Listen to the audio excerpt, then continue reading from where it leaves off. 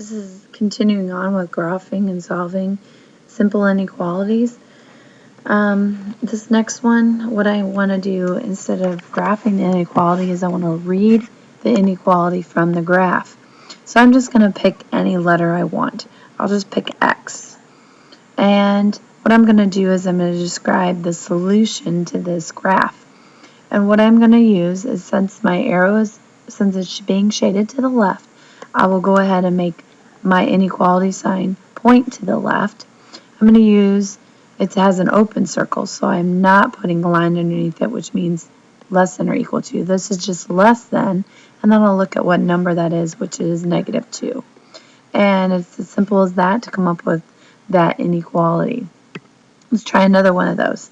This time I'm between -3 and -4. So I'm going to, again, just pick X. But my number is going to be a little bit different, as well as my arrow. My arrow is going to point to the right. And this time I am going to put the equal to sign underneath it because I have a colored in dot. The number that goes along with this is -3.5. I'm assuming that, I just have to estimate that according to the picture. Moving on, this one's asking me to describe the solution, and I'll go ahead and just describe the solution by making a graph of it. We were finally going to see the use of dividing by a negative number on both sides, so I could go back to that slide that I showed you even earlier, that when we divide or multiply by a negative on both sides, we have to remember to flip the sign.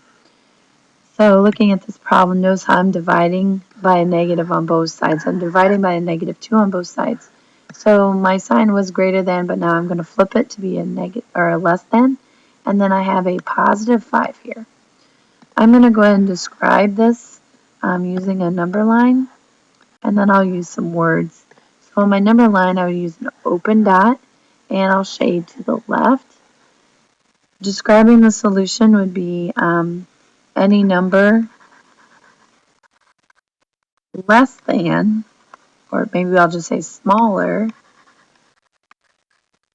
than 5. So I could also use words to describe my solution. In this problem, I am going to, since p is already by itself, just simplify the right-hand side. 5 squared is 5 times 5. That's 25 plus 11. So I end up getting the square root of 26, or 36.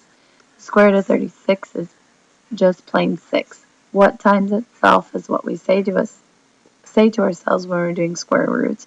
What times itself gives us 36? Well, that would be 6. I could, again, describe this on a graph. The graph would have a closed dot on 6 because it's greater than or equal to, and I would shade to the right. I could also use words to describe this as any number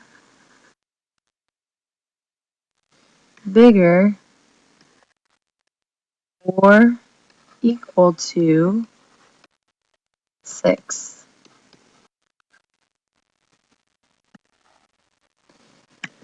Finally, we're going to have a few little word problems here, and all we're going to do is write an inequality for this. Your job pays at least $500. That means the smallest amount you're going to make is $500.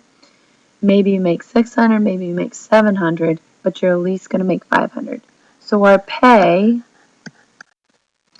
remember, it's going to be at least $500, so it could be more than $500. So I'm going to use greater than or equal to sign for this to describe how my pay is.